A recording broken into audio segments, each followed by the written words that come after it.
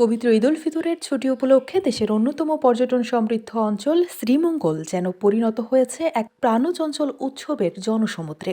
চায়ের দেশ হিসেবে খ্যাত এই জনপদের বিভিন্ন দর্শনীয় স্থান জুড়ে পর্যটক ও দর্শনার্থীদের উপচে পড়া ভিড় সকলের নজর কেড়েছে। আমরা লাওয়াছড়াতে গেছি, সীতাকাবু চিড়িয়াখানাতে গেছি, তারপর শ্রীমঙ্গলের বদ্ধভূমিতে আসলাম, এখানে ঘুরছি।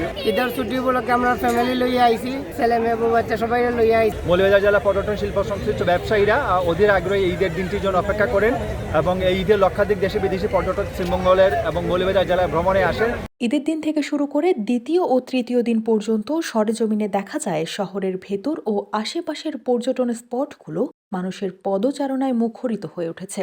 পরিবার পরিজন ও বন্ধুবান্ধব নিয়ে আগত দর্শনার্থীরা প্রকৃতির সান্নিধ্যে কাটাচ্ছেন আনন্দঘন সময়। শ্রীমঙ্গল থানা এবং কমলগঞ্জ থানা এলাকায় ইনচার্জ মহোদয়ের নির্দেশে টুরিস্ট পুলিশের পক্ষ থেকে আমাদের 4-5টা টিম মোতায়েন করা হয়েছে।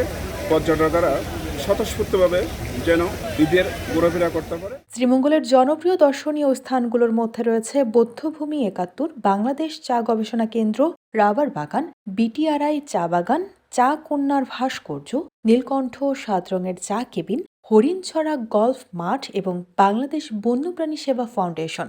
এসব স্থানে সকাল থেকে সন্ধ্যা পর্যন্ত পর্যটকদের ভিড় ছিল চোখে পড়ার মতো। হবিগঞ্জ ঘুরতে আসছে আপনার শ্রীমঙ্গলে, মোটামুটি পরিবেশ অনেক ভালো, প্রচুর মানুষ। শ্রীমঙ্গল এলাকাটা এমনিতেই সুন্দর, সারা বাংলাদেশের মানুষ এখানে আসে। সবাই আসছি, তা আমরা মনে করি দেশি বিদেশি পর্যটকরা আসলে বাইরে যেতে উৎসাহিত হচ্ছেন।